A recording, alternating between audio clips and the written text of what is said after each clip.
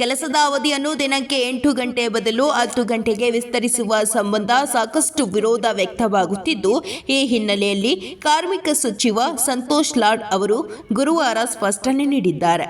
ಸುದ್ದಿಗಾರರೊಂದಿಗೆ ಮಾತನಾಡಿದ ಅವರು, ಈ ತಿದ್ದುಪಡಿ ಕಾನೂನು ಬಗ್ಗೆ ನೋಂದಾಯಿತ ಕಾರ್ಮಿಕ ಸಂಘಟನೆಗಳು ಮತ್ತು ಉದ್ದಿಮೆದಾರರ ಜೊತೆ ಬುಧವಾರ ಸಭೆ ನಡೆಸಲಾಗಿದೆ.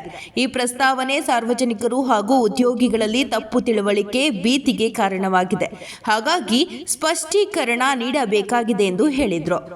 ಕೆಲಸದ ಸಮಯವನ್ನು ಹೆಚ್ಚಿಸುವ ಪ್ರಸ್ತಾವಿತ ತಿದ್ದುಪಡಿಯು ಗರಿಷ್ಠ ವಾರದ ಕೆಲಸದ ಸಮಯವನ್ನು ಬದಲಾಯಿಸುವುದಿಲ್ಲ. ಅದು 48 ಗಂಟೆಗಳ ಮಿತಿಯಲ್ಲೇ ಉಳಿಯುತ್ತದೆ. ನಿರ್ಧಾರವು ಅಂತಾರಾಷ್ಟ್ರೀಯ ಕಾರ್ಮಿಕ ಸಂಸ್ಥೆ ಮತ್ತು ಮೂಲಭೂತ ದೇಶೀಯ ಕಾನೂನುಗಳು ನಿಗದಿಪಡಿಸಿದ ಮಾನದಂಡಗಳಿಗೆ ಸಂಪೂರ್ಣವಾಗಿ ಅನುಗುಣವಾಗಿದೆ.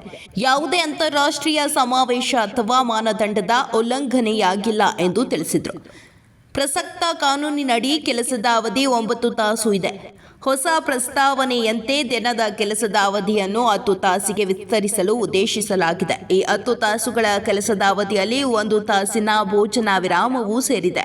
ಆ ಮೂಲಕ ಕೆಲಸ ಮಾಡುವ ಅವಧಿ 9 ತಾಸು ಮಾತ್ರ ಉಳಿಯಲಿದೆ.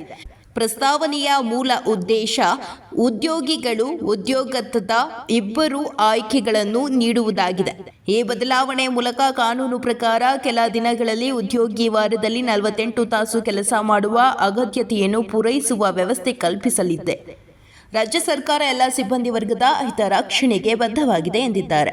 ಸದ್ಯ ಪ್ರಸ್ತಾವನೆ ಸಮಾಲೋಚನೆ ಹಂತದಲ್ಲಿದೆ. ಎಲ್ಲ ಪಾಲುದಾರರ ಜೊತೆ ಸಮಗ್ರ ಚರ್ಚೆ ನಡೆಸಲಾಗುತ್ತಿದೆ.